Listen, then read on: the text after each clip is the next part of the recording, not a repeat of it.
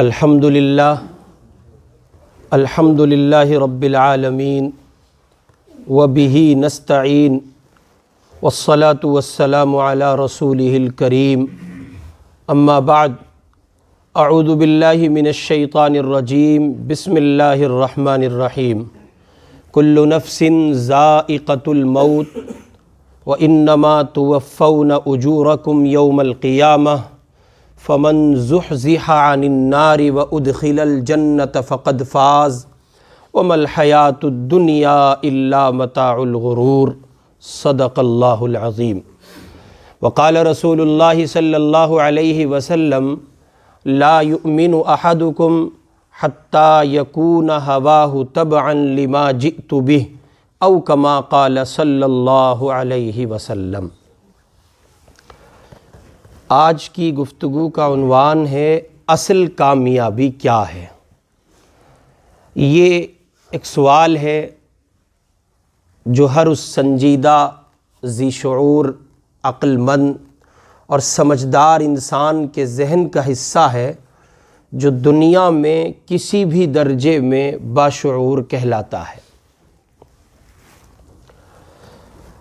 ہر اس سوچ کا سوال ہے جو اپنے تئیں یہ احساس بیدار رکھتا ہے کہ وہ دنیا میں بغیر کسی مقصد کے پیدا نہیں کیا گیا۔ یہ ہر اس انسان کا سوال ہے جو اس دنیا کے گرد و پیش لیل و نہار صبح و شام اور اس دنیا کی رعنائیاں اور رنگینیوں میں کھو کر اپنے آپ کو تنہا محسوس کرتا ہے، جب وہ اس کی رنگینیوں اور رعنائیوں سے باہر آتا ہے۔ یہ سوال ہر اس انسان کا ہے جو اس دنیا میں سب کچھ پاتے ہوئے بھی محسوس کرتا ہے کہ یہ دنیا کسی ایسی شے سے خالی ہے جس کا وہ متلاشی ہے۔ یہ سوال ہے ہم میں سے، آپ میں سے اور دنیا جہان کے ان اللہ کے کروڑوں مومنین بندوں میں سے ہر ایک مومن بندے کا جس نے یہ کہہ دیا ہے اشہد ان لا الہ الا اللہ و اشہد ان محمد رسول اللہ۔ یہ سوال ہے ہر اس انسان کا جو دیکھتا ہے عہد صدیقی کو، عہد فاروقی، عہد عثمانی اور عہد علوی کو۔ یہ سوال ہے ہر اس مومن کا جو اپنی نگاہوں کے سامنے تاریخ کے صفحات کو کچھ اس انداز پر پلٹتا ہے اور تاریخ کے اوراق میں گم ان شخصیات کی زندگی کا مطالعہ کرتا ہے جو ایک طرف اپنے آپ میں بہت قابل بھی تھے، مقبول بھی تھے، اور اپنے آپ میں دنیا کی ہر شے، دنیا کی ہر وہ شے ان کو حاصل تھی کہ جن بنیادوں پر ان کو ایک کامیاب انسان قرار دیا جا سکتا تھا۔ اس کے باوجود وہ سرگرداں تھے کسی ایسی شے کی تلاش میں، اور وہ کسی ایسی شے کی تلاش میں خاک چھانتے پھرتے تھے دنیا جہان کی، جس کو وہ اپنے تئیں کامیابی کا راز سمجھتے تھے، جس کی بنیادی تمثیلات میں اگر آپ کی خدمت میں پیش کروں تو سب سے پہلے وہ ایک شخصیت میری نگاہ کے سامنے اس وقت رخت سفر باندھے ہوئے ہے، جس کو دربار رسول کا ایک غلام کہا جائے، اور حضور پاک علیہ السلام نے جس کو اپنے گھر کا ایک فرد قرار دیا ہے، اور جن کا نام ہے سیدنا سلمان فارسی رضی اللہ تعالی عنہ، جو ایک لمبے زمانے سے تلاش میں ہیں۔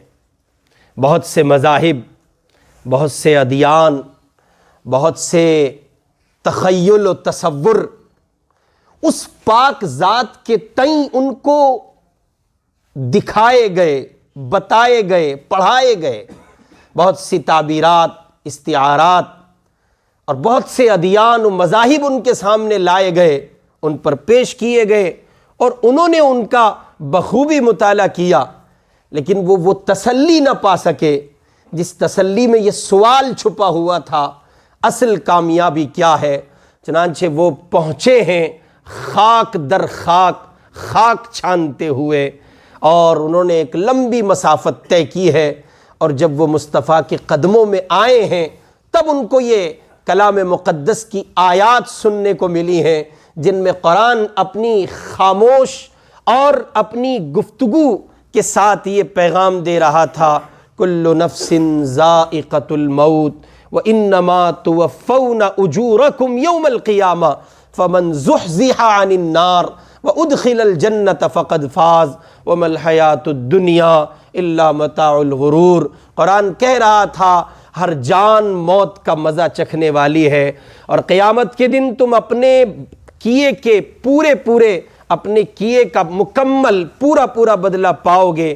پس جو شخص آگ سے ہٹا دیا گیا، فمن زحزح عن النار، یہ وہ کلمات ہیں جو سلمان فارسی کی سماعتوں تک پہنچے، تو بہت سے ادیان و مذاہب کا مطالعہ انہوں نے کیا، دیکھا، پرکھا، سمجھا، بالآخر یہ کہ وہ مصطفیٰ کے قدموں تک جب پہنچے ہیں اور قرآن ان تک پہنچا ہے، فمن زحزح عن النار، یہ وہ قرآن کا پیغام ہے جو آج کی گفتگو کی مناسبت سے میرے آپ کے سوال کا جواب ہے۔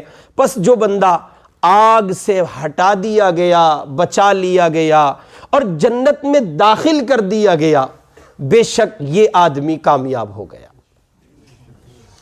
قرآن نے اپنی ان آیات میں وہ پیغام اہل ایمان کے حوالے کیا ہے جو سوال کی دنیا میں ان کو محو حیرت کیے ہوئے ہے یا کیے ہوئے تھا۔ جب اہل ایمان نے قرآن کا رخ کیا اور قرآن کے سامنے آ کر انہوں نے قرآن کو پڑھا، شرف تلمذ ان کو حاصل ہوا، قرآن کی سعادتیں اور برکتیں ان کے حصے میں آئیں، تب قرآن ان کو یہ پکار اٹھا اور بول اٹھا کہ فمن زحزح عن النار وادخل الجنۃ فقد فاز۔ قرآن نے مختلف جگہوں پر اس لفظ کا استعمال کیا ہے، کہیں فاز کہا ہے، کہیں فوزہ کہا ہے، اور کہیں صلاح کا لفظ قرآن لایا ہے۔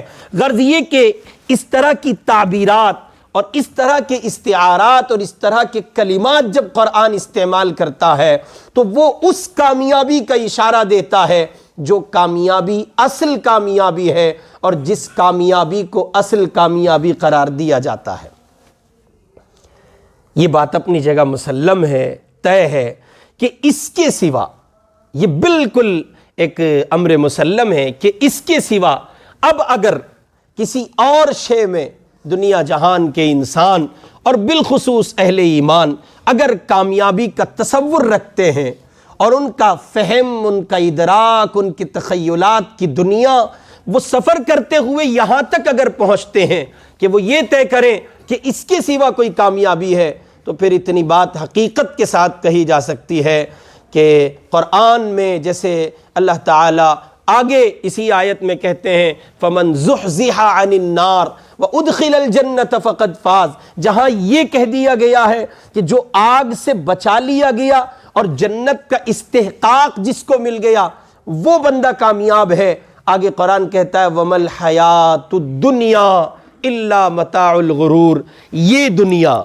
دنیا جس کو میں اور آپ یا جس میں اور آپ، یہ میں قرآن کا ترجمہ نہیں کر رہا ہوں، اپنے الفاظ میں اس کا ایک وسیع مفہوم آپ کے گوش گزار کر رہا ہوں، یہ دنیا جس میں یا جس کی رنگینیوں اور رعنائیوں میں یا جس کے اہداف میں اور جس کے ٹارگیٹس میں کامیاب ہو جانے کو میں اور آپ کامیاب سمجھتے ہیں یا اصل کامیابی قرار دیتے ہیں، قرآن کہہ رہا ہے وَمَا الْحَيَاةُ الدُّنْيَا إِلَّا مَتَاعُ الْغُرُورِ، یہ دنیا یہ دھوکہ ہے، اس کے سوا اس کی کوئی حقیقت نہیں ہے۔ انسان پیدا ہوتا ہے، پیدا ہونے کے بعد اس کے گھر کے لوگ خوشیاں مناتے ہیں اور پھر اس کی وفات ہو جاتی ہے۔ اس درمیان میں گویا آپ یوں کہہ لیں کہ ایک بندہ پیدا ہوا تو اس کے کانوں میں اس کی سماعتوں تک اللہ کے پاک نام کی شکل میں اذان کے وہ کلمات کہے گئے جس سے وہ توحید کے اس آفاقی اور عالمی پیغام خداوندی کو سمجھ لے جس کے لیے وہ اس دنیا کا حصہ بنا ہے۔ ادھر اس کے کان، اس کی سماعت اللہ کے اس پاک نام کو سنتی ہے اور توحید کا زمزمہ اس تک پہنچتا ہے اور توحید کا پیغام اس تک پہنچتا ہے۔ آپ تصور کریں اور چشم تصور سے اس دنیا کا سفر کریں کہ ابھی وہ اللہ کا بندہ بارگاہ خداوندی سے جلالت شان کبریائی پر مشتمل ان کلمات کو جو توحید کا آفاقی پیغام سناتے ہیں، یعنی اذان مؤذن کے لبوں کے ساتھ وہ اس کے دریچے کھلتے ہیں اور وہ اذان کے کلمات سنتا ہے، اللہ کی کبریائی اس کے کانوں تک پہنچتی ہے، اور ابھی اس کی زندگی کا جتنا لمبا پیریڈ اب آگے گزرنا ہے سو گزرنا ہے، نہیں کہا جا سکتا کتنا ہے، دن ہے کہ 2 دن ہیں، 4 دن ہیں کہ 6 دن ہیں، اور مہینے ہیں کہ سال ہیں، اور کتنا لمبا زمانہ اس کو میسر آئے گا نہیں کہا جا سکتا۔ نصف صدی لے کر اپنی زندگی کی اس دنیا میں آیا ہے یا مکمل صدی گزار کے اس دنیا سے جائے گا، کچھ نہیں کہا جا سکتا۔ بڑی اچھی تعبیر کسی نے پیش کی ہے، انسان کی زندگی اذان اور نماز کے درمیان کا حصہ ہے، اب اس کو رب کی بنائی تقدیر اور انصاف کے پیش نظر جو جتنا جی جائے، جس کے مقدر جتنے ایام اور جتنا گردش ایام پروردگار نے لکھا ہو۔ یوں آدمی پیدا ہوتا ہے اور اس کی پیدائش کے بعد اذان دے دی جاتی ہے اور اس کی وفات پر نماز پڑھ لی جاتی ہے۔ اذان پر پیدائش پر اذان ہے، وفات پر نماز ہے، اس درمیان جس کو جو ملا مل گیا۔ ایسا بھی ہوتا ہے کہ اذان کے کلمات بھی مکمل نہیں سن پایا تھا کہ دار فانی سے باقی کو کوچ کر گیا۔ غرض یہ کہ اس درمیان جو بندہ اس زمین پر رہتا ہے، غور کریں اس کی زندگی کا ایک لمبا پیریڈ ہے۔ اب ظاہر ہے کہ پروردگار نے اس کو جن فطری تقاضوں کی بنیاد پر اس زمین پر پیدا کیا ہے، تو وہ فطرت انسانی جب وہ شعور کی دنیا کو اور سلیقے اور سنجیدگی کی دنیا کو اور کہیے کہ ہوش کی دنیا کو پہنچتا ہے، بچپن کے ایام کو طے کرتے ہوئے لڑکپن تک اور لڑکپن سے پھر جوانی تک، جب وہ ایک ایسے ہوشمند انسان کی شکل میں اس زمین پر اپنے وجود کو گویا واقع کرتا ہے یا ظہور پذیر ہوتا ہے، اس انداز پر کہ اس کو ایک ہوشمند انسان قرار دیا جا سکے، ایک ہوشمند جوان اس کو کہا جا سکے، تو اس کے دل کی وہ فطری خواہشات جو پروردگار نے، رب کعبہ نے فطرت انسانی کی بنیاد پر اس کے اندر رکھی ہیں، وہ فطری خواہشات انگڑائیاں لیتی ہیں، جنم لیتی ہیں، اور انسان طرح طرح کے خواب بنتا ہے،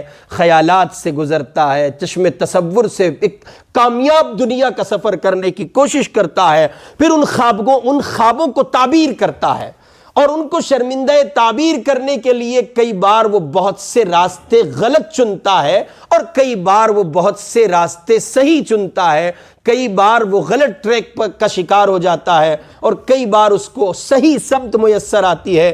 غرض یہ کہ ایک انسان اپنے لیے زندگی کے اخیر تک یہ طے نہیں کر پاتا الا یہ کہ اس کو قرآن کا یہ پیغام اس کی سماعت تک پہنچے، پروردگار کی بارگاہ سے ہدایت مل جائے، توفیق میسر آ جائے، ورنہ ایک انسان اسی کشمکش اور ادھیڑ بن میں لگا رہتا ہے، وہ یہ نہیں طے کر پاتا کہ وہ کامیاب ہے کہ ناکام ہے۔ چنانچہ ہم اپنی اس وسیع و عریض دنیا میں دیکھتے ہیں کہ بہت سے لوگ ہیں جن کے پاس دولت ہے، ظاہر ہے کہ وہ دولت آج یوں ہی یک بارگی میں یک ساتھ تو ان کو حاصل نہیں ہو گئی، ایک طویل سفر انہوں نے کیا ہے، ایک لمبا زمانہ ان کو طے کرنا پڑا ہے، اور اس لمبے زمانے کو طے کرنے کے بعد وہ یہاں تک پہنچے ہیں۔ لیکن ذرا غور کریں اور تصور کی دنیا میں، تصور کے ساتھ تصورات میں اس دنیا کا سفر کریں کہ جب ان کے پاس دولت نہیں تھی تو ان کا ہدف، ان کا ٹارگیٹ اور ان کی زندگی کا مشن یہ تھا کہ میں اپنے آپ کو ایک کامیاب انسان قرار دے سکوں گا اگر میرے پاس اتنی دولت آ جائے جس سے سماج میں ایک حیثیت بنائی جاتی ہے۔ دولت کا حصول ان کے لیے ممکن ہوا اور ایک وہ دولت مند انسان قرار پائے، تو اب انہوں نے دیکھا کہ کچھ نگاہیں ایسی ہیں جو ہمیں علم سے عدم واقفیت اور نا آشنا ہونے کی وجہ سے اس درجے کی عزت اور اس حیثیت سے نوازنے سے ابھی قاصر ہیں جو صرف علم کی بنیاد پر میسر آئیں گی۔ تو انہوں نے علوم و فنون کی دنیا کا سفر کیا۔ یہ بات اس علم کی نہیں ہو رہی ہے جس علم کا پیغام قرآن سنا رہا ہے، یہ بات اس علم کی ہو رہی ہے جو علم دست و ہنر سے تعلق رکھتا ہے، اور ہنر کی دنیا میں جو علوم و فنون آزمائے جاتے ہیں یہ اس علم و فن کی بات ہو رہی ہے۔ تو انہوں نے اس دنیا کا سفر کیا۔ پھر بہت سے لوگوں کا تصور یہ رہا کہ چلے یہاں آ کر بھی وہ بات حاصل نہ ہو۔ کئی بار انسان دم بدم، قدم بقدم آگے بڑھتا ہے اور یہ کے بعد دیگر ایک ایک شے کو حاصل کرتے ہوئے آگے بڑھتا ہے۔ کئی بار ایسا ہوتا ہے کہ اس کو ایک ایک کر کے یہ چیز میسر نہیں آتی، تقدیر میں خدا نے نہیں لکھی ہوتی، وہ کسی ایک شے کے یا ان تمام اشیاء کے حصول میں ساری زندگی کھپا دیتا ہے اور لگا رہتا ہے۔ چنانچہ ایک انسان کی یہ فطری خواہش ہوتی ہے کہ اس نے کامیابی کا جو معیار مقرر کیا ہے، اس نے جو معیار مقرر کیا ہے وہ اسے ہمیشہ حاصل رہے۔ اب یہ معیارات کی جو دنیا ہے ہر ایک کی مختلف ہے، یہ کسی یعنی تمام بندوں کی یکساں دنیا نہیں ہے۔ میرے اپنے جو معیارات ہیں وہ الگ ہیں، آپ کے جو اپنے معیارات ہیں وہ الگ ہیں، اور ہم میں سے ہر ایک کا اپنا معیار ہے اور جدا معیار ہے۔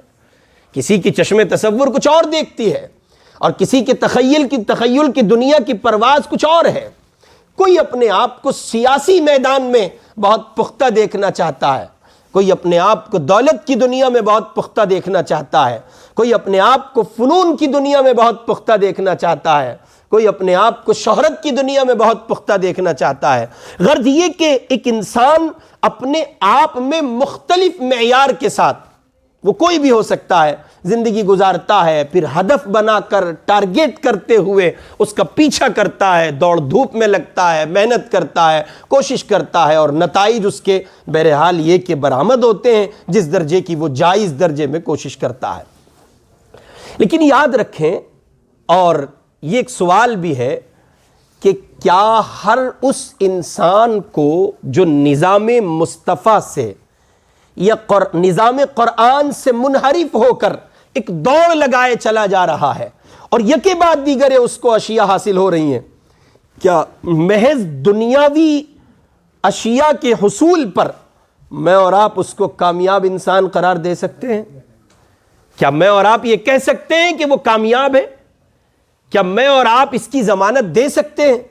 ہرگز نہیں دے سکتے، اس لیے کہ ہماری نگاہوں میں ایسے لوگ موجود ہیں جو ہم میں سے ہر ایک کی نگاہ کے سامنے ہیں کہ ان کے پاس یعنی یہ کہیے کہ زندگی گزارنے کی جو آسائش ہو سکتی ہیں، جو آرائش ہو سکتی ہیں، اور جن چیزوں سے زندگی میں زیبائش اور زینت آتی ہے وہ تمام چیزیں ان کے پاس ہیں، لیکن ان کا رونا، بلکنا، بلبلانا، تڑپنا، مچلنا، کڑھنا، یہ سب کچھ بتاتا ہے کہ وہ پھر پیچھے کہیں نہ کہیں کچھ چھوڑا ہے، وہ کچھ نہ کچھ چھوڑے ہوئے ہیں۔ تو یہاں بنیادی طور پر اپنے تصور کو تبدیل کیجئے۔ مجھے بہت اچھے سے یہ بات یاد آتی ہے، میرے استاد گرامی قدر، میں نے ان سے حدیث مبارکہ کی ایک بڑی کتاب پڑھی ہے، حضرت مولانا خورشید صاحب دامت برکاتہم العالیہ فی الوقت بیت اللہ کی سرزمین پر ہیں، اللہ تعالیٰ پل پل ان کو سلامت رکھے۔ میں نے ان سے کہا کہ حضرت ابھی چند سالوں پہلی بات ہے کہ حضرت وہ اس وقت حالات بہت زیادہ ہیں اور لوگوں کے پاس کاروبار نہیں ہیں، یوں کہہ لیں کہ اس ٹاپک پہ گویا بات چل رہی ہے، اور میں ان سے کہا کہ لوگ بہت مشکلات میں ہیں، اور یوں آپ کہہ لیں کہ ان کے پاس زندگی گزارنے کے لیے جس درجے کے وسائل ہونے چاہیے وہ نہیں ہے، اور بہت سی باتیں کہیں، اخیر میں یوں کہہ لیں تتمے کے طور پر میں نے کہا کہ لوگوں کے پاس پیسہ نہیں ہے۔ تو اس پیسے پر جواب دیتے ہوئے انہوں نے ایک بڑی اچھی بات کہی، فرمانے لگے جھوٹ بولتے ہیں لوگ، غلط کہتے ہیں لوگ کہ ان کی ضرورتیں پوری نہیں ہوتی۔ اب یہ ایک ایسا سوال ہے، آپ ہزار پریشانیاں کسی بندے کے سامنے رکھیں اور وہ ایک دم یہ کہہ دے کہ آپ جھوٹ بول رہے ہیں، آپ کی ضرورتیں پوری نہیں ہوتی، آپ کو شوق لگے گا، اور یقیناً آپ یا اسے یا خود کو کسی نہ کسی خانے میں لا کر کھڑا کرنے کی کوشش کریں گے۔ اب وہ خانہ شخصیات کے لحاظ سے ہوگا، کئی بار وہ خانہ مؤدب ہوگا اور کئی بار وہ خانہ غیر مؤدب ہوگا، کئی بار آپ تہذیب کے دائرے میں لے آئیں گے اور کئی بار آپ تہذیب کا سرکل چھوڑتے ہوئے باہر نکلیں گے، سلم پور سے باہر جانے کی کوشش کریں گے۔ غرض یہ کہ جیسا سامنے بندہ ہوگا اس کے اکارڈنگ آپ جو ہے یہ فیصلہ کریں گے کہ صاحب آپ لیکن کچھ نہ کچھ کہیں گے۔ تو وہ جب حضرت نے یہ کہا کہ جھوٹ بولتے ہیں لوگ، میں نے کہا جی میں یہ فلسفہ نہیں سمجھا۔ تو انہوں نے کہا کہ میاں ضرورتیں آج بھی پوری ہوتی ہیں۔ توجہ ہے آپ کی؟ ضرورتیں آج بھی پوری ہوتی ہیں، پوری نہیں ہوتی تو ضرورت کے نام پر خواہشیں پوری نہیں ہوتی۔ ضرورتیں آج بھی پوری ہو رہی ہیں، کس کی نہیں ہو رہی ہیں؟ ضرورت کا ایک بڑا حصہ کھان پان ہے، اس کا ذمہ پروردگار لے چکا ہے۔ وَمَا مِن دَابَّةٍ فِي الْأَرْضِ إِلَّا عَلَى اللَّهِ رِزْقُهَا وَيَعْلَمُ مُسْتَقَرَّهَا وَمُسْتَوْدَعَهَا۔ قرآن پڑھا کریں ترجمے کے ساتھ، تفسیر کے ساتھ، قرآن کے دروس، قرآنی مجالس، براہ راست قرآن سے کنیکٹ ہونے کی کوشش کیجیے۔ اس کا یہ مطلب نہیں ہے کہ اہل قرآن یعنی اہل علم کو آپ چھوڑ دیں، لیکن ضرور بالضرور اپنے اوپر لازم کریں اس بات کو کہ قرآن کی اس خاموش صدا کو آپ سن سکیں جو ہر سال جہری انداز میں تلاوت کے طور پر آپ رمضان المبارک میں تراویح کی نماز میں سماعت کرتے ہیں۔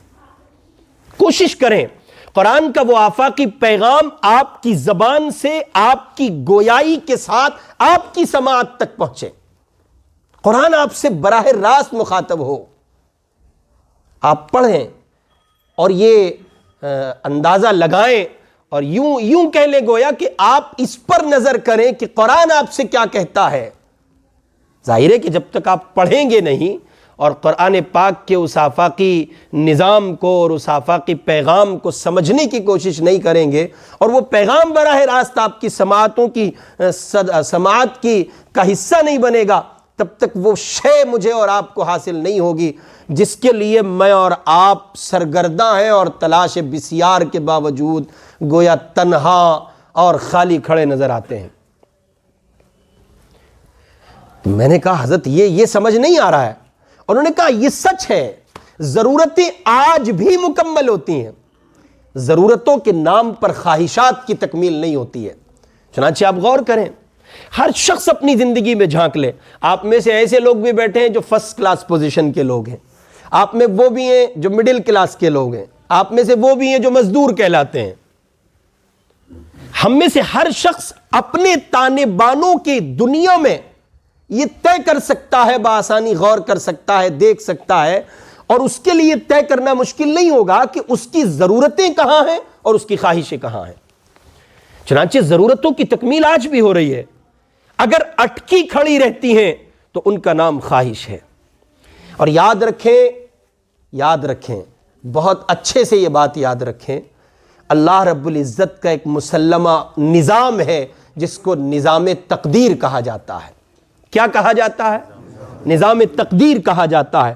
جب تک آپ کی نگاہ اس نظام تقدیر پر رہے گی، یقین مانیں 100% اس کو اپنے یقین کا حصہ بنا لیں، تب آپ کو سکون میسر آئے گا، راحت ہوگی اور آپ بے چینی اور اضطراری کیفیات سے پاک رہیں گے۔ جب آپ تقدیر سے ہٹیں گے اور تقدیر کے نظام سے روگردانی کریں گے اور آپ اس سے ہٹ کر خواہش کی، محض خواہش کی دنیا میں سوچیں گے، تو آپ کے لیے یہ طے کرنا ایک معمہ ہو جائے گا اور مشکل ہوگا آپ کے لیے یہ طے کرنا، یہ حل کرنا آپ کے لیے مشکل ہوگا کہ آپ اپنے آپ کو کامیاب قرار دیں کہ ناکام قرار دیں۔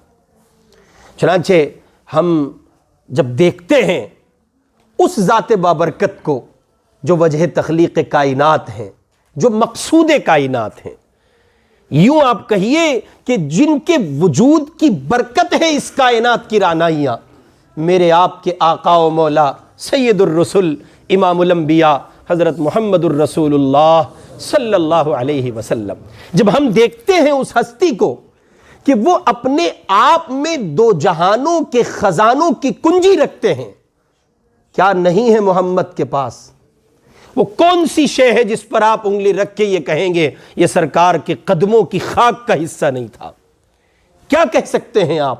کس شے کے لیے آپ کہہ سکتے ہیں کہ حضور پاک علیہ الصلاۃ والسلام یہ چاہتے تو یہ میسر نہ آتا؟ کہہ سکتے ہیں، زبان کھل سکتی ہے۔ کوئی ایمان والا جرأت کر کے یہ کہے گا کہ محمد کو یہ نہیں ملا؟ محمد کو ملنے نہ ملنے کا تصور کسی ایمان والے کا حصہ تو ہو ہی نہیں سکتا۔ ہم تو یہ کہتے ہیں کہ محمد الرسول اللہ کا فقر اختیاری تھا، انہوں نے جو چاہا لیا اور جو چاہا چھوڑ دیا۔ وہ کسی کے دینے پر پروردگار نے ان کو اس کائنات کا مالک گویا بنا دیا تھا، اور وہ اللہ سے اتنا لے چکے تھے، ان کے پاس پروردگار کا عطا کیا ہوا وہ سب تھا کہ اللہ کے محبوب جو چاہتے وہ اختیار کرتے، لیکن انہوں نے زندگی کے اس کہیے کہ راستے کو اور اس مشن کو اختیار کیا، اس لیے کہ وہ اس زمین کے آخری پیغمبر، نبی اعظم اور دنیا انسانیت کے لیے نبی آخر اور رہنمائے انسانیت کے طور پر تشریف لائے تھے۔ چنانچہ انہوں نے اس طریقے کو اختیار کیا جو ان کے پروردگار نے ان کو عطا کیا تھا، جو قرآن کی اس آیت کا حصہ ہے، فَمَنْ زُحْزِحَ عَنِ النَّارِ وَأُدْخِلَ الْجَنَّةَ فَقَدْ فَازَ، اور اصل کامیابی کا راستہ وہ گویا بتا گئے۔ چنانچہ آپ اس پر غور کریں کہ ہماری اپنی ضروریات کیا ہیں اور ہماری اپنی خواہشات کیا ہیں۔ ایک طرف ضرورتیں کھڑی ہیں اور ایک طرف خواہشیں کھڑی ہیں۔ ایسا لگتا ہے ضرورتیں خواہشوں پر غالب آ چکی ہیں، اور ان خواہشات کی عدم تکمیل کی وجہ سے انسان چیخ رہا ہے، بلک رہا ہے، بلا رہا ہے، تڑپ رہا ہے، مچل رہا ہے، اور وہ یہ کہتا ہے کہ اس کی ضرورتیں پوری نہیں ہوتی، حالانکہ سچائی یہ ہے کہ اس کی خواہشیں پوری نہیں ہو رہی۔ ایک نظر اس طرف کر لیں، اسلام نے ایک تصور پیش کیا ہے زندگی کا، اس کو آپ یہ عنوان دے سکتے ہیں، گویا زندگی کا اسلامی تصور۔ ہر انسان اس دنیا میں جب پیدا ہوتا ہے، پلتا ہے، بڑھتا ہے، اور عمر کے مختلف مراحل وہ طے کرتا ہے، یہاں تک کہ موت کی آغوش میں پہنچ جاتا ہے، اسلام کی نظر میں یہ اس کی کل زندگی نہیں ہے۔ یہ اسلامی زندگی کا تصور ہے۔ پیدا ہوا، پلا بڑھا، اور اس نے بہت سے مراحل طے کیے، اور بالآخر موت کے آغوش میں پہنچا، اس کو دفن کر دیا گیا۔ یہ مذہب اسلام کی اسلامی زندگی کا تصور نہیں ہے۔ یعنی ایک مومن کی زندگی بس اس پر بس نہیں ہے۔ اگر آپ اس کو کامل زندگی مانتے ہیں تو پھر آپ کے لیے وہ حکم ہوگا، یعنی اس مومن کو جو اس زندگی کو کامل سمجھتا ہے اس کے لیے وہ حکم ہوگا جو اہل کفر کے لیے ہے، کہ ان کے لیے جو کچھ ہے یہاں ہے، وہاں ان کے لیے کچھ نہیں ہے۔ اس لیے اسلام یہ کہتا ہے کہ انسان پیدا ہوا، پلا بڑا، مختلف مراحل اس نے طے کیے، اور زندگی گزار کر وہ موت کی آغوش میں پہنچا، تو یہ زندگی اس کی ختم نہیں ہو گئی، بلکہ اس کا ایک مرحلہ ہے، زندگی کا ایک مرحلہ ہے۔ اب اس کی وفات کے بعد ایک دوسرا مرحلہ شروع ہوگا، جسے اسلام آخرت کا نام دیتا ہے۔ کس کا نام دیتا ہے؟ آخرت کا نام دیتا ہے۔ گویا اسلام میں یہ دو دار ہے بندوں کے لیے، ایک دار فانی ہے، ایک دار باقی ہے۔ اس فانی سے باقی کو کوچ کرنا ہے۔ گویا یہ ایک جہان ہے، وہ ایک جہان ہے۔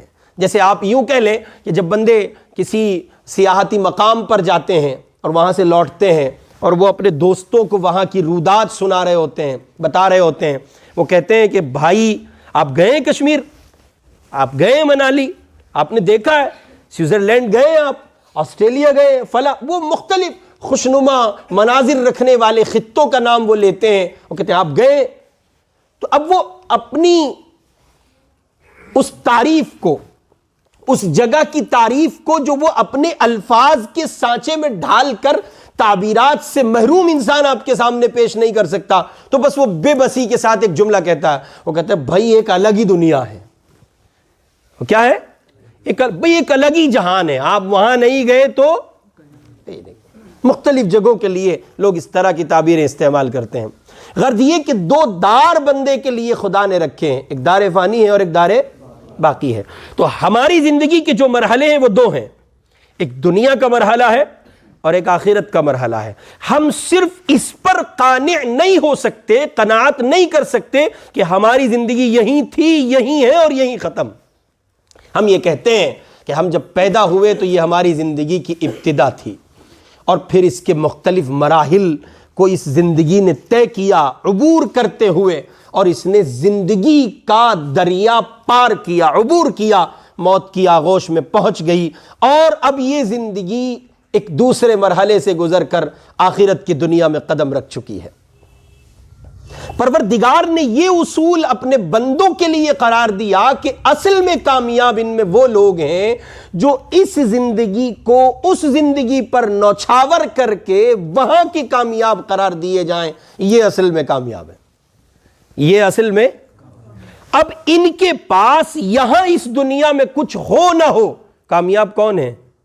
یہ لوگ ہیں۔ یہ کون کہہ رہا ہے؟ اللہ کہہ رہے ہیں۔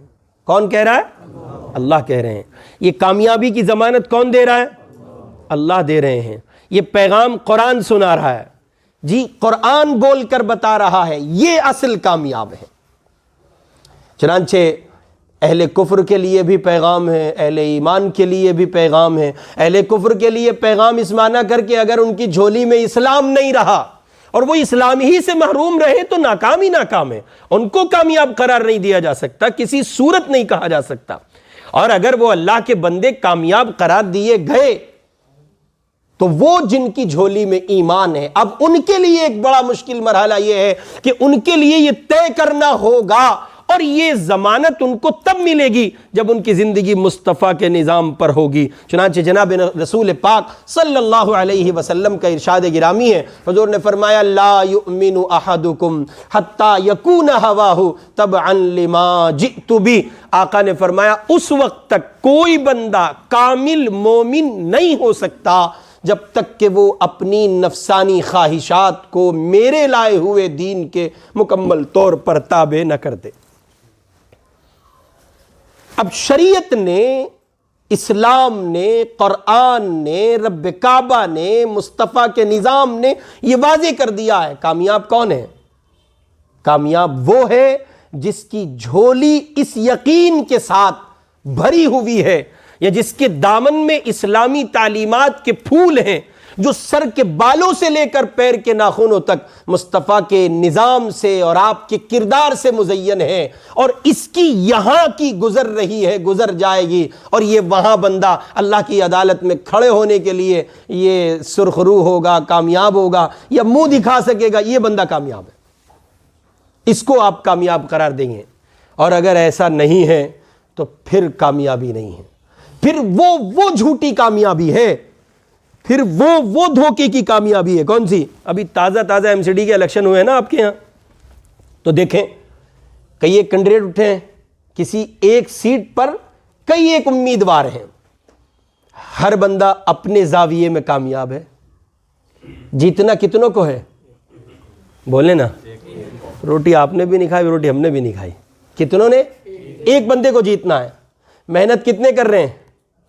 سبھی کر رہے ہیں، کسی کی کم کسی کی زیادہ، لیکن ہر ایک سے ملیں آپ تنہا، جدا، اور اس سے پوچھیں، وہ اپنے آپ کو کیا کہے گا؟ وہ کہے گا میں تو نکلا رکھا ہوں آپ کی دعاؤں سے۔ ایسے لوگ بھی کہیں گے جو چند سو پر نہیں، چند ووٹوں پر قناعت کریں گے بیچارے، جن کو لوگ خالی ووٹ کی پرچی دکھا کے بھاگ جائیں گے، ان کے حصے میں بھی یہ اس وقت تک کا خاکہ یہ ہے، الیکشن کی ووٹنگ کی تاریخ سے پہلے ہم تو جیتے ہوئے، ہم تو وہ ہر ایک سے کہتے پھریں گے۔ چنانچہ اس الیکشن میں بھی ایسا ماحول دیکھنے کو ملا، اور آپ نے اس سے پہلے بھی دیکھا ہوگا۔ بعض علاقوں میں تو اس طرح کی صورتحال پیش آتی ہے کہ گنتی کے ووٹ پڑے ہیں، 10 20 50 100 ووٹ ان کو پڑے ہیں، اور ان سے کوئی ملا تھا الیکشن سے پہلے تو ان کے یقین کی دنیا اتنی پختہ تھی جیسے یہ اوپر عرش پہ گئے تھے بات کرنے اور وہاں سے لکھوا لائے ہیں یہ جیتے ہوئے، اتنے پختہ عزم کے ساتھ وہ کریں۔ آپ ٹینشن مت لیں، اطمینان رکھیں، آپ یعنی آپ آئے تھے تسلی کے کلمات کہنے، وہ الٹا آپ کو تسلی دے رہے ہیں کہ آپ الجھن نہ لیں، ہم جیتے ہوئے ہیں۔ لیکن جیتنا کس کو ہے؟ ایک کو سب نہیں جیتیں گے، جیتنا کس کو ہے؟ کون طے کرے گا؟ اللہ۔ اسباب کے درجے میں ووٹنگ طے کر رہی ہے، کس کے حصے میں کتنی زیادہ ووٹ آئیں گی، جس کے حصے میں جتنی زیادہ ووٹ۔ تو یہ ابھی تو ایک عمل ہے، گویا ووٹنگ چل رہی ہے، جیت اور ہار کا فیصلہ کہاں ہوگا؟ وَأَمَّا مَنْ خَافَ مَقَامَ رَبِّهِ وَنَهَى النَّفْسَ عَنِ الْهَوَىٰ، جو اپنے رب کے سامنے کھڑا ہونے سے ڈر گیا، نفسانی خواہشات کا مقابلہ کیا، فَإِنَّ الْجَنَّةَ هِيَ الْمَأْوَىٰ، اس کا ٹھکانہ جنت ہے۔ اب یہ طے کرنا ہے کہ ڈر رہے ہیں یا نہیں ڈر رہے ہیں۔ پروردگار کے سامنے کھڑا ہونے میں میری آپ کی زندگی کی نقل و حرکت اور حرکات و سکنات اور وہ سب کیفیات کس درجے ہیں، یہ اب بات کی چیزیں ہیں، اور یہ طے کریں گی ہمارے آنے والے کل کو۔ تو ہم میں سے ابھی یہ نہیں کہا جا سکتا کہ کامیاب، اصل کامیاب، اور یاد رکھیں یہ وہ کامیابی کا پیغام ہے جو ایک عالم کے ساتھ بھی وابستہ ہے، ایک غیر عالم کے ساتھ بھی وابستہ ہے، ایک وقت کے شیخ کے ساتھ بھی وابستہ ہے، وقت کے مرید کے ساتھ بھی وابستہ ہے۔ اس سے جڑا ہے ڈاکٹر بھی، ماسٹر بھی، کلیکٹر بھی، انجینئر بھی، سیاستدان بھی، کسان بھی، مزدور بھی، امیر بھی، غریب بھی، ہر وہ بندہ اس سے جڑا ہوا ہے، اس لیے کہ کامیابی کا اصل مدار وہ نہیں ہے جہاں اس کی کوششیں تیز تر ہوئی چلی جاتی ہیں۔ کامیابی کا اصل مدار تو وہ ہے جس کی ضمانت اللہ نے اپنے قرآن میں دی ہے۔ چنانچہ جن کو یہ بات سمجھ آ گئی انہوں نے بہت دیر نہیں لگائی، جن کو یہ بات سمجھ آ گئی انہوں نے بہت دیر نہیں لگائی، بہت جلدی انہوں نے یو ٹرن لیا ہے۔ وہ ایک سڑک پر چلے جا رہے تھے، ان کو پتہ لگا بہت دور نکل جاؤ گے، لوٹ آؤ۔ چنانچہ انہوں نے فوراً یو ٹرن لیا اور وہ واپس، قبل اس کے کہ اتنی دور چلے جائیں کہ لوٹنا مشکل ہو جائے، انہوں نے یو ٹرن لیا ہے، واپس آئے ہیں، اور اس زندگی کو جس کو کامیاب قرار دیا گیا ہے، اس کامیابی کی دنیا میں انہوں نے قدم رکھا۔ انہی میں سے ایک نام ہے سیدنا ابراہیم ابن ادھم رحمۃ اللہ علیہ کا۔ میں نے بہت پہلے کی مثالیں پیش نہیں کی، بہت بعد کی نہیں پیش کی ہیں، ذرا درمیان کے حصے کی مثالیں پیش کر رہا ہوں۔ یہ تبع تابعین کا زمانہ ہے۔ ابراہیم ابن ادھم نے امام ابو حنیفہ، سفیان ثوری اور امام ابو یوسف اور فضیل بن عیاض اور یہ اس زمانے کے لوگ ہیں، اور ان لوگوں سے انہوں نے کہیے کہ چیزیں حاصل کی ہیں۔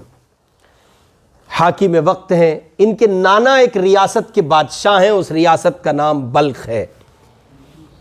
بادشاہ کے نواسے ہیں۔ کس کے نواسے ہیں؟ بادشاہ مطلب بادشاہ نہ وہی وہ اس زمانے کی بادشاہت، آج کی دادا گیری نہیں کہ صاحب اس محلے کے دادا، اس محلے کے دادا۔ ہمارے یہاں تو دادا ہی اپنے آپ کو بادشاہ سمجھتے ہیں، اور ہم دلی والے تو اسی میں پھولے نہیں سماتے۔ غرض یہ کہ یہ ایک بہت خراب عنوان ہے، اس طرف اگر میں چلا تو لمبی نکل جائے گی بات، واپس لوٹ رہا ہوں۔ ایسے نانا کے نواسے تھے جن کو وقت کا حاکم ہونے اور بادشاہ ہونے کی سعادت حاصل ہے۔ ان کے یہاں اپنی کوئی اولاد نہیں تھی، نرینہ اولاد جو وہ ان کو جانشین مقرر کرتے۔ انہوں نے اپنے اس نواسے کو جو ابراہیم ابن ادھم ہیں، ان کو انہوں نے حاکم وقت مقرر کیا، اور چونکہ سعادت مند نواسے تھے، سعادت مند گھرانے سے آتے تھے، سیدنا علی رضی اللہ عنہ کا ایک بتایا ہوا اصول ذہن نشین فرما لیں، بہت شاندار بات ہے، بہت جامع بات ہے۔ سیدنا علی کہتے ہیں، اس پر پہلے ایک شعر سن لیں، مصیبت میں شریفوں کی شرافت کم نہیں ہوتی، کرو سونے کے 100 ٹکڑے تو قیمت کم نہیں ہوتی۔ اس پس منظر میں، اس کے تناظر میں سیدنا علی رضی اللہ عنہ کا قول، علی مرتضیٰ کہتے ہیں کہ اگر آدمی خبیث ہے، شریر ہے، تو دولت، عزت، شہرت، طاقت، ان اسباب و وسائل کے آنے کے بعد مزید نالائق ہو جائے گا۔ یہ جو ہم کئی مرتبہ فیصلہ کرتے ہیں نا، بھائی ذرا سی طاقت کیا دی اللہ نے، اس نے تو آتنک کاٹ دیا. آپ سمجھتے ہیں وہ پہلے کیوں نہیں کاٹ رہا تھا آتنک؟ اس لیے کہ وہ پہلے طاقت کا حصول اس کے پاس نہیں تھا، کمزور تھا. طاقت ملی تو اپنے اصلی رنگ پہ آ گیا.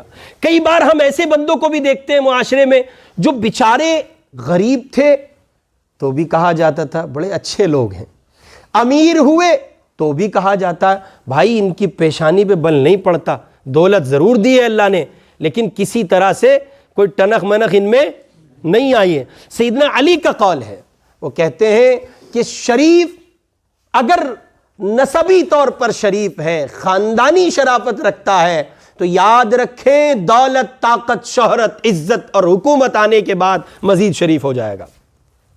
مزید کیا ہوگا؟ شریف ہوگا. اس کے اندر کے جو جواہر ہیں وہ باہر آئیں گے.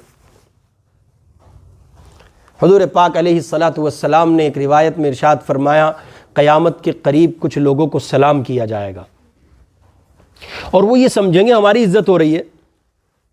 پپو تو یہ سمجھتے ہیں نا، معاشرے میں جتنے آپ کو پپو ملیں گے وہ یہی سمجھیں گے بیچارے. یعنی ان کی کردار سے لوگ خائف ہیں، ڈرے ہوئے ہیں، سہمے ہوئے ہیں، ڈر کر سہم کر سلام کرتے ہیں السلام علیکم. وہ یہ سمجھتے ہیں کہ عزت ہو رہی ہے. جیسے آپ نے بہرے کو دیکھا ہو، بہرے کو دیکھا کبھی؟ بہرے کو آپ وہاں کونے میں بٹھا دو، آپ یہاں بیٹھ جاؤ، اس کی نگاہیں نہیں ہٹیں گی اور اس تصور میں مر جائے گا کہ اسی کی باتیں ہو رہی ہیں، اس لیے کہ سماعت سے محروم ہے. اور بار بار پوچھے گا اچھا میری باتیں کر رہے ہو، حالانکہ آپ پتہ نہیں کہاں ہیں. ویسے اس اللہ کے بندے کو یہ زعم ہوتا ہے، اس خبیث النفس انسان کو یہ زعم ہوتا ہے، اس شریر الطبع انسان کو یہ زعم ہوتا ہے کہ صاحب وہ لوگ میری عزت کرتے ہیں. میں آنا کبھی ہمارے سیلمپور میں بڑی اچھی بات ہے، بہت مانتے ہیں لوگ.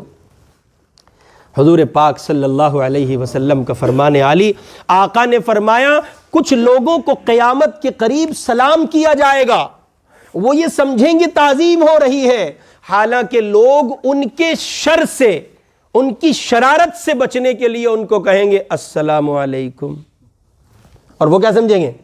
ہماری عزت ہو رہی ہے، تعظیم ہو رہی ہے، حالانکہ وہ اصل میں عزت نہیں ہوگی. جیسے ہی وہ آگے گزر جائیں گے تو ابھی تو سلام کر رہے تھے اور اب جو وہ کلام کریں گے وہ ایسا کلام ہوگا کہ آپ کی سماعت اس کو سننے سے قاصر رہے گی، وہ نہیں سن پائے گی.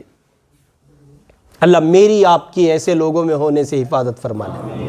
بار کیفی ہے کہ میں عرض کر رہا تھا کہ سیدنا علی رضی اللہ تعالی عنہ کا قول کہ شریف عزتوں کے تمغے، حکومتوں کے عہدے اور شہرتوں کی بلندیاں جب اس کو حاصل ہوتی ہیں تو وہ مزید شریف ہوتا ہے.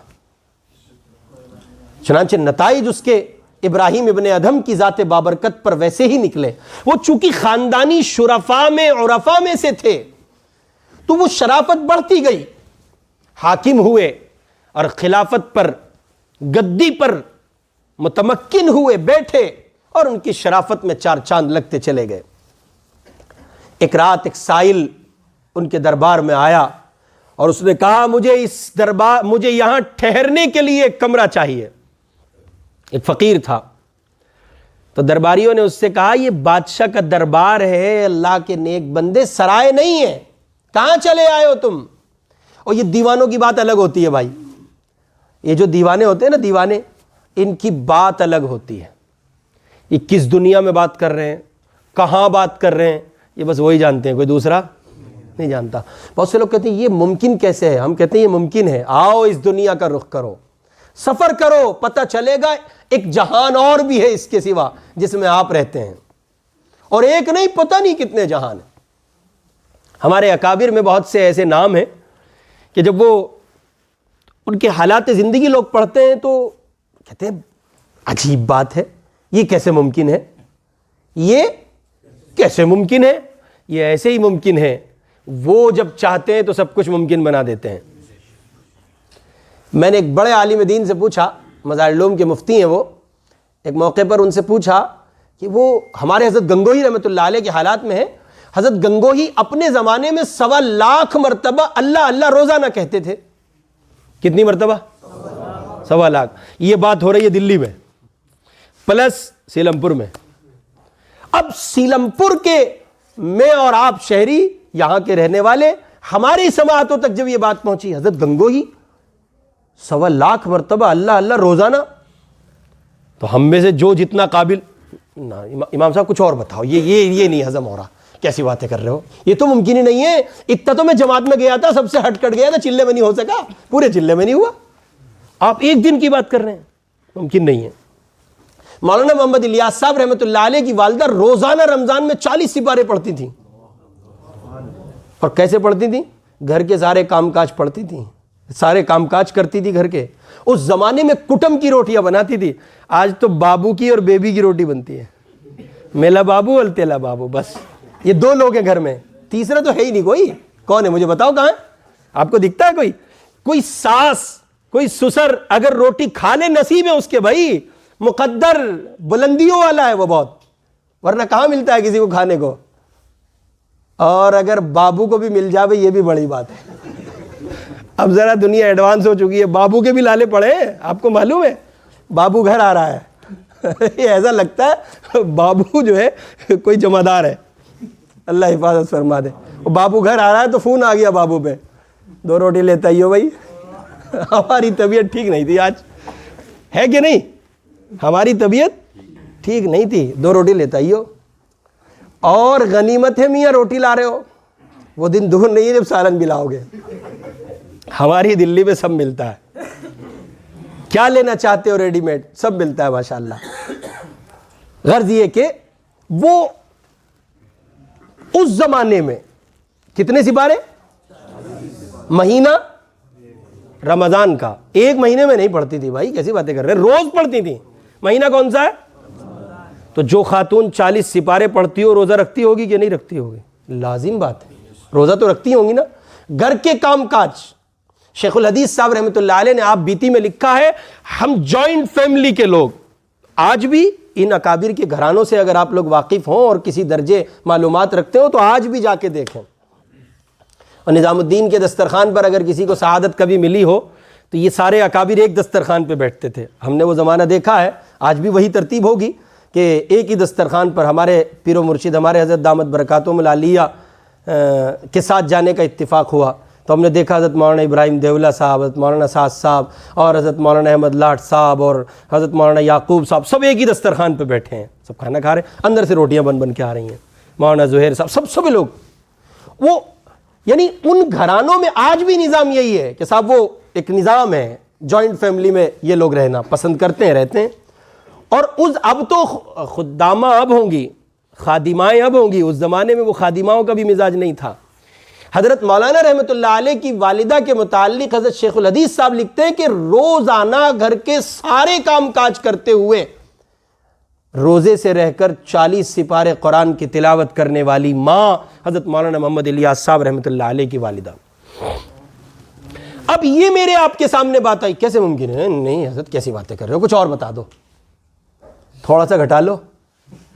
کہیں گے کہ نہیں کہیں گے؟ لیکن سچ یہ ہے کہ یہ ہے. اب سوال یہ کہ ممکن کیسے؟ تو میں نے وہ سوال رکھا مظاہر العلوم کے ایک بڑے مفتی ہیں ان کے سامنے.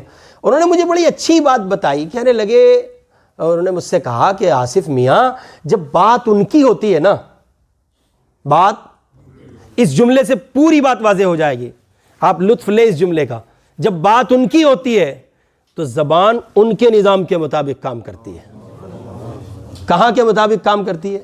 ذکر ان کا ہے, ذکر وہاں کا ہے, بات قرآن پاک کی تلاوت کی ہے, پڑھنے والا ہے, رب کی یاد ہے, بندے کی قلب کی دنیا پورے طور پر لگی ہوئی ہے. اب زبان یہاں کے ٹائم سے نہیں چلے گی, اب زبان کہاں کے ٹائم سے چلے گی؟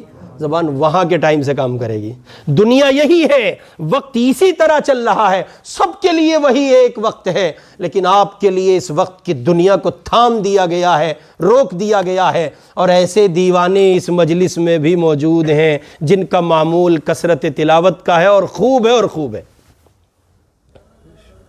میرے آپ کے لیے مشکل ہے. ابھی میں کل ہی ٹویٹر پہ دیکھ رہا تھا, اور ٹویٹر پہ بھی آج کل لوگ کچھ بھی لکھ کے ڈال دیتے ہیں. تو ایک خاتون نے لکھا آپ میں سے کون کتنی دیر میں قرآن پڑھتا ہے؟ میں 90 منٹ میں ایک پارہ پڑھتی ہوں۔ کتنی منٹ میں؟ 90 منٹ میں۔ جیسا قرآن پڑھا ہوتا ہے اسی کے مطابق آدمی وقت طے کرتا ہے۔ یہ پتہ چلتا ہے اس خاتون کی تلاوت کا انداز فاسٹ نہیں۔ آپ جانتے ہیں کیوں؟ اس نے ضرور کسی آپا سے قرآن پڑھا ہوگا۔ اب آپا تو آپا جیسے پڑھاوے گی، تو فوراً اسی کے نیچے کسی خاتون نے یا کسی بچی نے ہی لکھا تھا کہ میں 25 منٹ میں 1 سے 12 پڑھ لیتی ہوں۔ پھر اس کے نیچے آتے لکھا تھا کسی حافظ جی نے میں 12 منٹ میں پارہ پڑھ لیتا ہوں۔ کتنی منٹ میں؟ 12۔ اب آپ یہی رک کر فیصلہ کریں کہ جس کا تعلق قرآن سے جتنا پختہ ہے اسباب کے درجے میں وہ اپنے وقت کا تعین خود کر رہا ہے۔ ذرا غور کریں، جب سبب کے درجے میں 12 منٹ میں ایک حافظ قرآن پارے کی تلاوت کر سکتا ہے، اگر اس حافظ قرآن کو رب کعبہ کی محبت حاصل ہو جائے اور اس کا قلب رب کی معرفت کے نور سے منور ہو جائے، پھر زبان کہاں کے وقت سے کام کرے گی؟ ابراہیم ابن ادھم رحمۃ اللہ علیہ، تو یہ ایک دنیا ہے۔ ایسا بھی ممکن ہے جی؟ کیسے ہو سکتا ہے؟ ایسے نہیں ہو سکتا، نہیں ہوتا ہے ایسا بھی ہوتا ہے۔ ابراہیم ابن ادھم بادشاہ بنے، ان کے دربار میں ایک سائل آیا، ایک فقیر آیا، اس نے کہا مجھے یہاں رہنے کے لیے کمرہ چاہیے۔ درباریوں نے کہا یہ سرائے نہیں ہے بھائی، تم غلط جگہ آ گئے ہو، یہ بادشاہ کا دربار ہے۔ اس نے کہا ہمیں نہیں پتا، ہمیں ایک کمرہ چاہیے۔ ذرا سی حجت ہوئی تو ابراہیم ابن ادھم کو اطلاع دی گئی، حضرت یہ آئے ہیں، پتہ نہیں کون سے مدرسے سے ہیں، اور دیکھو تو صحیح چڑھے جا رہے ہیں، چندہ مانگ رہے ہیں، چندہ لینے آئے ہیں، حجت کر رہے ہیں۔ یہی ہوتا ہے نا ہمارا آپ کا انداز۔ میں حضرت یہ ہے، یہ دیکھو یوں کہہ رہے ہیں یہاں ایک کمرہ دے دو۔ انہوں نے اپنی بات ابراہیم ابن ادھم سے رکھی۔ ابراہیم ابن ادھم رحمۃ اللہ علیہ سمجھ گئے، انہوں نے ایک کمرہ دے دیا۔ کمرہ جب دے دیا تو یہ فقیر ان کے یہاں رہتا رہا، اور ایک رات ابراہیم ابن ادھم نے محسوس کیا ان کے اس حجرہ عروسی میں، ان خاص خلوت گاہ میں اس کی چھت پہ کو ٹہل رہا ہے۔ ابراہیم ابن ادھم نے کہا کون ہے؟ کیا کر رہے ہو چھت پر؟ اس نے جواب میں کہا میری گائے کھو گئی، وہ تلاش کر رہا ہوں۔ کیا کھو گئی؟ ابراہیم ابن ادھم نے کہا بے وقوف آدمی ہو، چھتوں پر گمشدہ گائیں ملتی ہوں گی، یہ تلاش کرنے کی جگہ ہے؟ کہا ابراہیم نرم گدوں پر اللہ نہیں ملتا، اگر چھتوں پر گائیں نہیں ملتی گم ہوئی تو نرم گدوں پر رب کی محبت میسر نہیں آتی۔ یہ ایک ضرب کاری تھی، دل پہ لگی، اٹھ کھڑے ہوئے، بادشاہت کو ترک کیا، چھوڑ دیا، تاریخ کو دنیا۔ پھر یہی ابراہیم ابن ادھم اس حال میں بھی بیت اللہ گئے ہیں کہ انہوں نے ہر قدم پر 2 رکعات پڑھی ہیں، 14 سال میں بیت اللہ پہنچے ہیں۔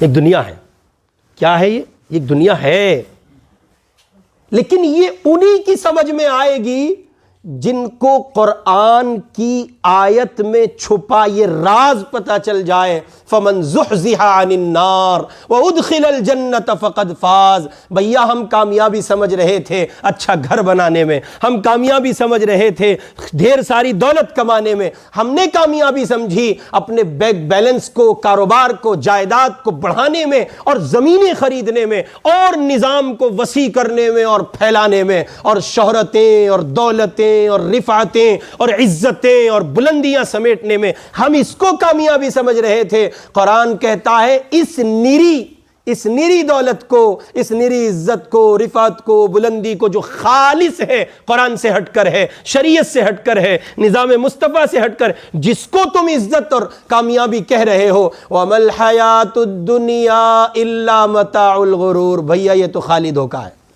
یہ کیا ہے؟ یہ تو خالی دھوکہ ہے، ماموں بن گئے آپ۔ شیطان نے اپنے جال میں پھنسا کر مجھے اور آپ کو کامیابی سے روک دیا، اور ناکامی کی تصویر خوبصورت دکھا کے کامیابی کے جھمیلے میں پھنسا دیا، اور ہم اس دنیا کا سفر کرتے رہے۔ بہرکیف انہی میں ایک نام ہے۔ اب ذرا اوپر چلیں، ابراہیم ابن ادھم سے اوپر چلیں اور آپ پہنچ جائیں تابعین میں۔ ایک بہت اجلا، جلی، انتہائی کہیے کہ قدسی صفات کا حامل انسان، اور خلیفہ خامس ان کو کہا جاتا ہے، 5ویں خلیفہ سیدنا عمر ابن عبدالعزیز رحمۃ اللہ علیہ۔ عمر ابن عبدالعزیز کو خلافت ملی، پیچھے سے جب ان کو آپ دیکھیں گے تو وہ ایسے شاہی گھرانے سے آتے ہیں کہ جس زمانے میں ان کے جلوے عام تھے اور دنیا ان کو اس رنگت میں دیکھتی تھی، جس زمانے میں وہ مدینہ منورہ کے گورنر کے طور پر زندگی گزار کے گئے ہیں، اہل مدینہ کا یہ بیان ہے کہ عمر ابن عبدالعزیز کی خوشبو کا عالم یہ ہوتا تھا، وہ جس گلی سے گزر جاتے تھے خوشبو سونگھ کر لوگ یہ بتا دیا کرتے تھے ادھر سے عمر ابن عبدالعزیز کا گزر ہوا ہے۔ یہی عمر ابن عبدالعزیز، فمن زحزح عن النار، یہ راز ہاتھ آ گیا، وَأُدْخِلَ الْجَنَّةَ فَقَدْ فَازَ، اصل کامیابی ہاتھ لگ گئی۔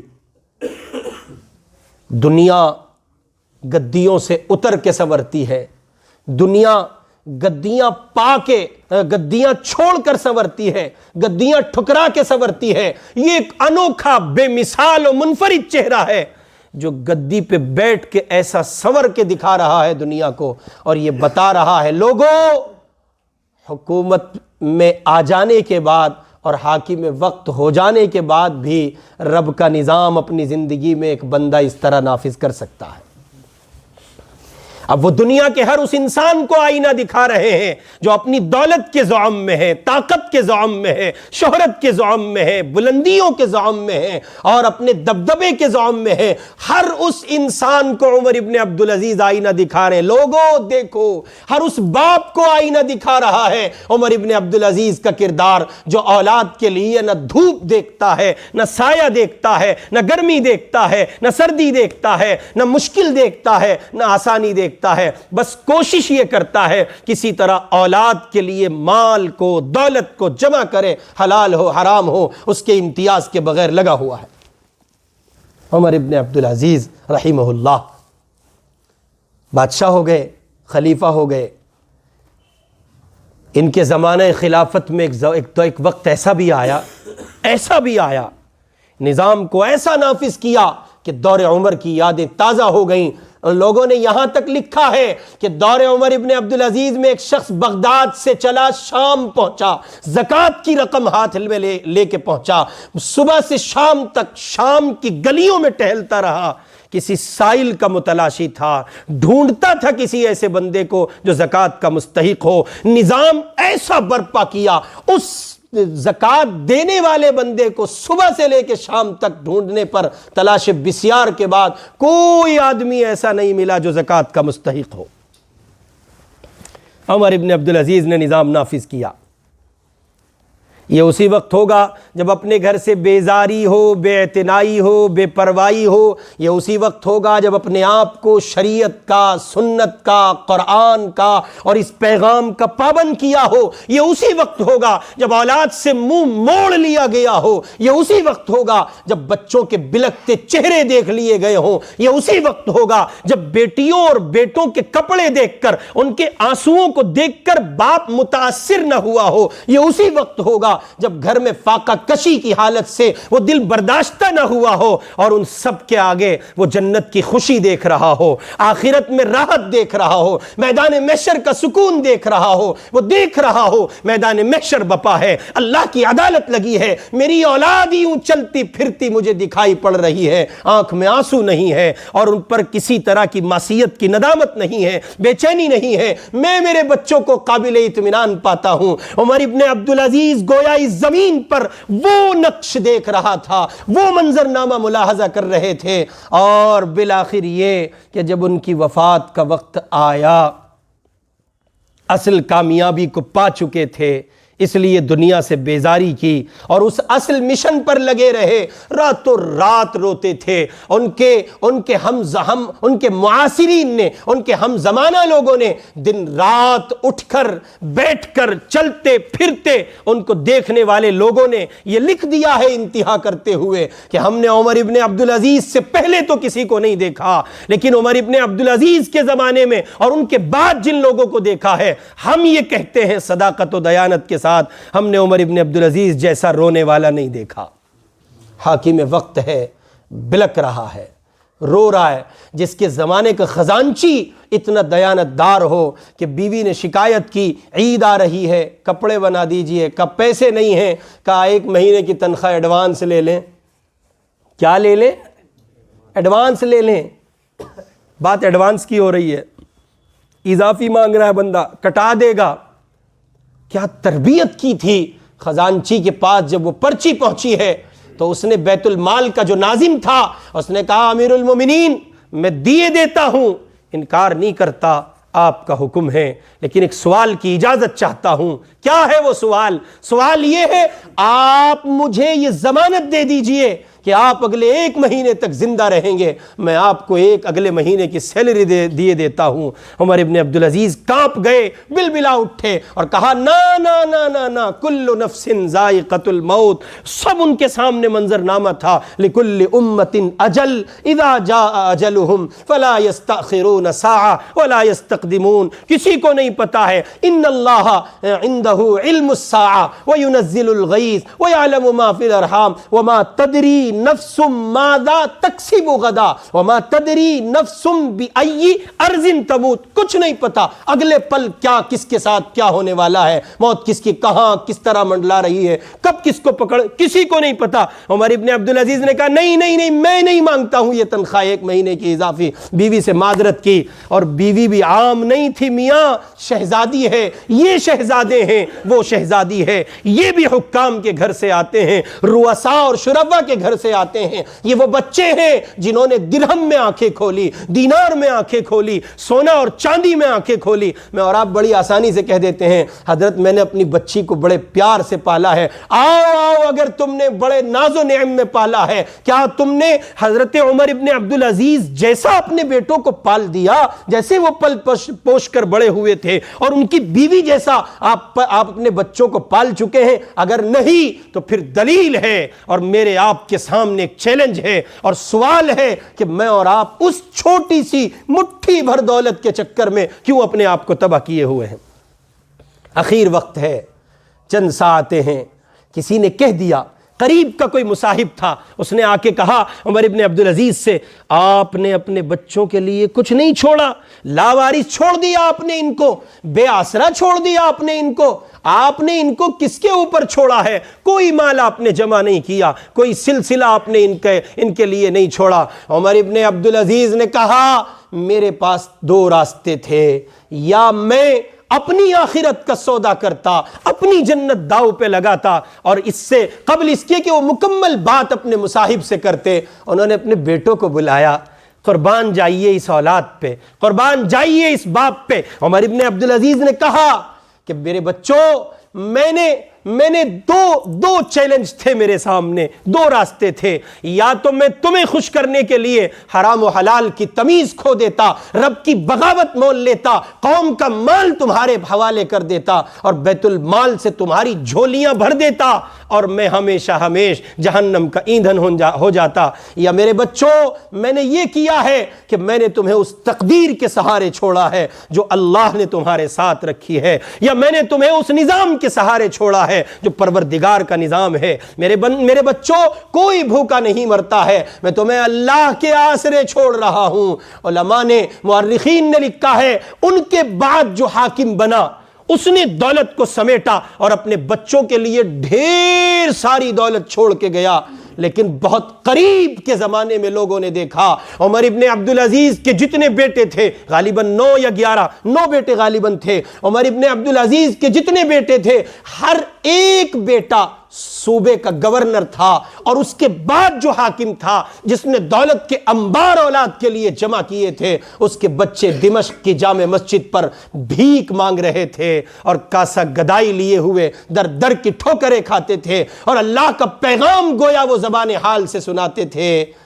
اصل کامیاب وہ ہے جو اس دنیا کو داؤ پہ لگا کے وہاں کامیاب ہو جائے۔ آپ کہاں چل رہے ہیں، کیا کر رہے ہیں، کیا بن رہے ہیں، یہ سب آپ سمجھیں۔ ہر ایک کی اپنی زندگی ہے، کوئی آگے بڑھ رہا ہے، ڈاکٹر بن رہا ہے، انجینئر بن رہا ہے، ماسٹر بن رہا ہے، کس کو کیا کیا بننا ہے، سب آپ کے اہداف ہیں۔ یاد رکھیے اگر محض اور محض صرف اور صرف وہ دنیا کی رنگینیاں اور رعنائیاں اور اس کے لوازمات آپ کے سامنے ہیں، بڑے خسارے میں ہیں، بڑے خسارے میں ہیں، بڑے نقصان میں ہیں۔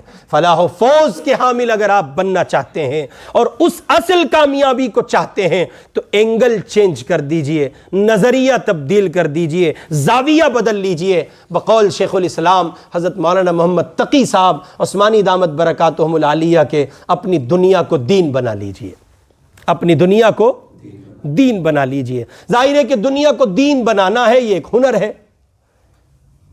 دنیا کو دین بنانا ہے، یہ ایک ہنر ہے۔ اور ہنر کہاں سیکھا جاتا ہے؟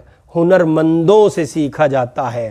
یہ دوا وہاں ملتی ہے جو اس دوا کو پہلے لے چکے ہیں، جو اسے کھا کے اس ڈگر پر چل چکے ہیں۔ اور یہ ڈگر، یہ راہ، یہ راستہ، یہ دنیا ان اہل دل کی دنیا ہے جس کے لیے قرآن نے کہا آمنوا اتقوا اللہ وکونوا مع الصادقین۔ لوگوں تقوی اختیار کرو اور سچوں کی صحبت میں بیٹھو، اہل اللہ کے قریب آؤ۔ جن لوگوں کو یہ میسر ہے، جن لوگوں کو یہ میسر ہے، میں اس کا ایک ایگزامپل دے کے بات کو ختم کرتا ہوں۔ دیکھیں، میرے اور آپ کے یہاں بھی موت ہوتی ہے، اہل اللہ کے یہاں بھی موت ہوتی ہے۔ کس کے یہاں؟ اہل اللہ کے یہاں۔ میرے اور آپ کے یہاں جب موت ہوتی ہے تو چکا جام ہو جاتا ہے۔ کیا ہو جاتا ہے؟ چکا جام ہو جاتا ہے۔ ابھی نہیں، صبح نہیں، دوپہر میں نہیں، شام میں آ رہا ہوں، میرے آنے تک جنازہ نہیں لے جانا، روکے رکھنا، ہرگز نہیں لے جانا۔ جس کی جیسی دنیا ہے، ابھی حال میں جو ایک واقعہ ہوا اسے دلیل مت بنانا یہاں، بہت ہوشیار لوگ ہو، سوشل میڈیا سے ایک دم پاکستان پہنچ جاؤ گے۔ مفتی رفیع صاحب عثمانی کا انتقال ہوا نا، ان کا جنازہ روکا گیا، اسے دلیل نہ بنانا یہاں، وہ ایک خاص مجبوری تھی ان کی، مفتی تقی صاحب کی اسٹیٹمنٹ آ گئی تھی اس پر۔ غرض یہ کہ ایک مشکل ہمارے آپ کے یہاں آتی ہے اور ایک اللہ کے نیک بندوں کے یہاں آتی ہے، لیکن ایک عجیب سکون دیکھا جاتا ہے اہل اللہ کے یہاں، ایسے جیسے کوئی ان سے کان میں کہہ گیا ٹینشن مت لو۔ ایک ہم اور آپ ہیں، حضرت کیا ہوگا، شوگر ہو گئی۔ ایک وہ بھی ہیں، کیا ہوگا، کیا ہوا، وہ شوگر ہو گئی تھی، کیا کھا رہے ہو، اتنی دوائی کائے کی ہے۔ وہ تھے نا بھائی فیض احمد فیض تھے کانپور کے، اتنا ڈبہ رکھتے تھے وہ، ایسے مولانا شوکت صاحب سیتا پوری، اتنا ڈبہ۔ میں کہنے لگا حضرت یہ اتنے ساری گولیاں، تم ڈاکٹر ہو رہے ہو اچھے خاصے؟ کہنے لگے ہاں بھائی یہ بھی اب زندگی کا حصہ ہے۔ وہ منور رانا کا ایک شعر ہے نا، اب ہم تنہا نہیں چلتے، دوا بھی ساتھ چلتی ہے۔ یہ اصل میں رضا بالقضا ہے، رضا بندہ اپنے آپ کو، یہ بس اہل اللہ کی صفت ہوتی ہے، وہ ڈھال لیتے ہیں۔ اچھا جی ایسا ہے، ہاں جی ایسا ہے، ٹھیک ہے جی ایسا ہی ہے، ٹھیک ہے جی ایسا ہی ہے۔ اس پر ہمارے حضرت حکیم اختر صاحب، اللہ اکبر، بڑا جاندار شعر، بہت سارے ساتھی میرے پاس آتے ہیں، کاروبار نہیں ہے جی، حضرت کھپ گیا، مر گیا، کچھ نہیں ہے۔ حالانکہ یہ سب حضرت کو بھرم میں لینے والی باتیں ہوتی ہیں، کچھ نہیں ہے، سب بیکار کی چیزیں ہیں۔ ہمارے حضرت حکیم اختر صاحب رحمۃ اللہ علیہ، اللہ پل پل ان کو غریق رحمت فرمایا کرتے تھے، لوگوں اس پر آؤ، آنا پڑے گا، یہی سکون اور کامیابی کی راہ ہے۔ نہ فراق اچھا ہے، نہ وصال اچھا ہے، نہ دوری اچھی ہے، نہ ملنا اچھا ہے۔ سنو میاں، نہ فراق اچھا ہے، نہ وصال اچھا ہے، رب رکھے جس حال میں وہ حال اچھا ہے۔ یہ بھی کوئی بات ہوئی کیا؟ ہمارے حضرت حکیم اختر صاحب رحمۃ اللہ علیہ کہتے تھے، پس اسی کو ملے گا جہاں میں سکون، پس اسی کو ملے گا جہاں میں سکون، اپنے مولا کا جو با وفا ہو گیا۔ جس کی یاری اللہ سے پکی ہے اسے سکون حاصل ہے۔ کچھ ہے نہیں، سکون ہے، کچھ ہے نہیں لیکن سکون ہے۔ اور جس کی یاری میں کمزوری ہے، جس کے تعلق میں کمزوری ہے، جس کے، ایک بزرگ کی خدمت میں کچھ لوگ آئے کہ اللہ کے جی بارش نہیں ہو رہی، دعا کر دو، ہمارے یہاں قحط پڑا ہوا ہے۔ تو پہلے تو انکار کیا، جب انہوں نے اصرار کیا تو خادم سے کہا لو ہمارا رومال ذرا دھو کے پھیلا دو، سوکھنے نہیں دے گا، آج کل لڑائی چل رہی ہے۔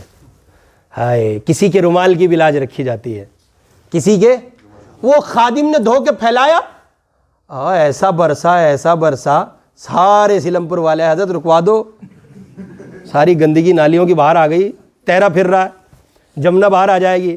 کیا ہوا بھائی؟ ہم نے کہا نہیں تھا آپ سے پہلے ہی، ہماری اور اس کی آج کل چل رہی ہے۔ کون کہے گا یہ جملہ؟ ہر آدمی نہیں کہہ سکتا، ہر آدمی کہہ کے دکھاؤ، نہیں کہہ سکتا بھائی، یہ بات وہی کہے گا جس کے تار جڑے ہوں گے، جس کی بات ہوتی ہوگی، جس کی بات ہوتی ہوگی، جس کی ملاقات ہوتی ہوگی، جسے سجدوں میں یہ قرار ملتا ہوگا کہ سجدے کو، جبین نیاز کو سجدے میں جھکایا نہیں ہے، اللہ کے قدموں میں رکھ دیا ہے، جو قرار آیا ہے پروردگار کے قدموں میں رکھ دیا، یوں لگا جیسے کائنات مل گئی ہے، دنیا میسر نہیں، کائنات حاصل ہو گئی ہے، اب کچھ نہیں بچا ہے، رب کے قدموں میں سر کو رکھ دیا ہے، اب تو سب کچھ مل گیا ہے۔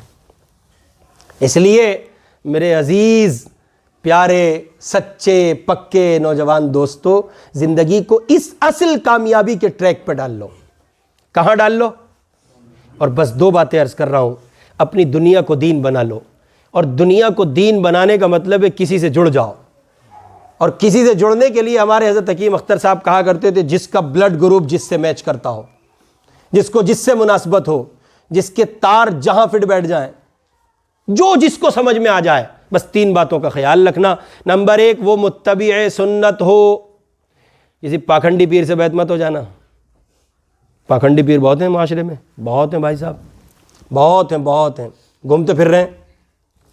اور عجیب بات یہ ہے، سچوں کے چکر میں، سچوں کے ہاتھ یہ دنیا نہیں لگتی، ان جھوٹوں کے چکر میں دنیا خوب آتی ہے۔ کوئی تمہارے پاس آئے، کوئی آدمی پریشان حال ہو، اسے آپ کسی صحیح آدمی کے پاس لے جائیں اور وہ یہ کہیں نہیں کچھ نہیں ہے، نماز پڑھو، چکر میں مت پڑھو، اپنے اعمال کی اصلاح کرو۔ کہاں لے آیا بھائی، کہاں لے آیا؟ غلط بات ہے یار، ہم نے تم سے کیا کہا تھا؟ کسی ایسے سے ملواؤ، یہ سمجھ رہے ہیں آپ؟ یہ دیکھیں، کسی ایسے سے ملواؤ، تو ایسا کوئی نہیں ہے، کہیں نہیں ہے۔ ایسے آپ کو کہاں ملیں گے؟ سمجھ رہے ہیں کہاں ملیں گے؟